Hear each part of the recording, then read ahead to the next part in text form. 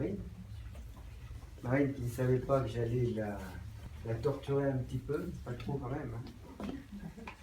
Donc, Marine Koutlas, qui nous vient de Picardie, où elle expose actuellement.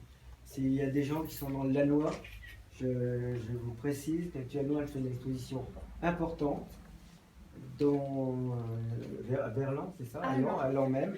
Donc si ça peut vous intéresser, si vous allez dans le Lannoy, si vous allez vers Lens, on va en discuter tout à l'heure avec elle. Elle vous dira où se trouve son exposition, avec des pièces maîtresses qui n'ont rien à voir avec les petites pièces qu'elle a pu mettre ici, compte tenu du contexte. Évidemment, elle n'allait pas amener des pièces de 500 ou 600 kilos ici. Ça aurait été un peu gênant. Donc, Martine est sculpteur et céramiste. Marine, C'est trop proche. Marine, pardon, est sculpteur et céramiste. Et au risque de vous étonner par l'originalité de ses œuvres, elle est très liée à la nature, au monde végétal et au monde minéral. Chez elle, et pour elle d'ailleurs, l'osmose doit être totale. Marine ne saurait pas composer une œuvre si la nature n'y était pas omniprésente. Et justement, ce sera à Reims qu'elle poursuivit elle aussi ses études à l'école des Beaux-Arts. Mais son souhait d'ailleurs, était de poursuivre sa formation artistique en toute liberté. C'est-à-dire qu'elle voulait bien aller dans la création, elle voulait bien avancer dans l'aboutissement d'un peu de son métier, mais elle ne voulait pas subir les contraintes académiques, les contraintes de certains ateliers des Beaux-Arts que je connais. C'est les Beaux-Arts de Paris, hein, Michel. Michel. C'est les Beaux-Arts de Paris. Je suis née à Reims. Ah oui, pardon. Beaux-Arts de Paris. Donc elle ne voulait pas de contraintes et elle poursuivit donc ses études aux Beaux-Arts, mais elle changea son cap pour avoir plus de liberté de création. Elle voulait poursuivre justement cette formation artistique en toute liberté, sans subir trop d'influence. Et ses points de repère, eh bien pour elle, c'était particulièrement le roman et le gothique, hormis la nature qui est toujours, je le rappelle, omniprésente. Donc Marine a absolument besoin d'un contact avec la terre, de retrouver l'équilibre avec la nature, l'harmonie liée au contact justement de la matière. Et avant de s'engager dans une création, Marine se place dans un état d'observation, se nourrissant du monde végétal et du monde minéral. Et peu à peu, elle reporte l'esprit de la nature dans sa matière, dans ses œuvres, et elle fait une espèce de transposition, ce qui permet à l'œuvre de prendre une autre dimension par rapport au regard que l'on pourrait porter sur la nature. Donc à partir de là, on voit la nature différemment. Martine est une amoureuse inconditionnelle de cette nature, et par son Marine. Marine est une amoureuse inconditionnelle de la nature, et par observation, elle tente de reconstituer justement une beauté différente par transfert. Et vous observerez ses œuvres, vous verrez, vous comprendrez exactement ce que je veux dire par refaire un transfert de la nature que vous retrouvez dans tout son travail et dans toutes ses œuvres.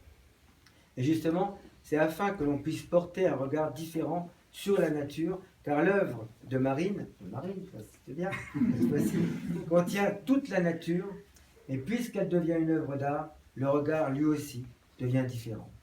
Par exemple, prenons une feuille de chou ou de rhubarbe, peu importe, imprimons-la dans la glaise et elle devient elle-même une œuvre d'art avec laquelle le regard qui est porté sur elle change du tout au tout. Le regard redécouvre aussi un autre espace, un autre point de la nature.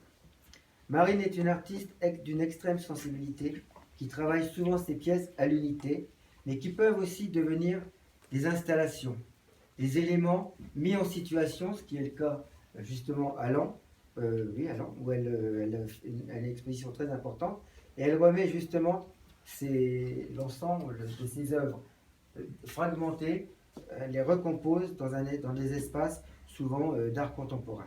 Et ça donne des résultats très intéressants, très surprenants, où elle réalise des œuvres véritablement monumentales. Si vous avez des jardins aussi. Dans des jardins, ou à l'extérieur. Et si vous avez l'occasion, je vous invite à un petit catalogue ici. Je vous invite à prendre connaissance de ce petit catalogue, où vous verrez les œuvres qu'elle fait. C'est véritablement des œuvres de grande échelle et d'une très grande beauté également. Je vous invite à découvrir dans ce petit catalogue. Donc Marine réalise des œuvres monumentales, tout à fait à contrario avec ce que l'on voit ici, qui sont pratiquement des œuvres minimalistes, parce que ici, elles ne pouvaient pas mettre des pièces trop grandes. Donc, elle réalise ce monumental, et ce qui peut vous surprendre, justement, en voyant une jeune femme aussi gracile et délicate, et qui n'hésite pas à transporter des sculptures qui font des centaines de kilos. Voilà, enfin, elle est un peu aidée quand même. Mais ne vous y trompez pas, je dis justement, elle réalise des œuvres monumentales d'une grande beauté esthétique, pierre, glaise, bronze et céramique. Et toujours imprégnées de végétal et de minéral, avec une résonance parfois proche des ornements floraux des cathédrales. La perspective de Marine est de perpétuer et de revaloriser justement le lien de l'homme et de la nature dans la création. Le grand désir de Marine est de composer de plus en plus d'œuvres en technique mixte, où elle associe justement pierre et céramique, car la beauté de la matière joue avec l'insolite et l'inconnu, car il est difficile de maîtriser les effets des pigments qui demeurent là toujours un peu la part de l'inconnu. La céramique porte toujours son mystère par sa beauté naturelle et informelle, souvent incontrôlable. Marine rêve par la matière la plus naturelle qu'est la terre, de toucher la grâce des essences de la beauté, d'une musique universelle aux couleurs irisées.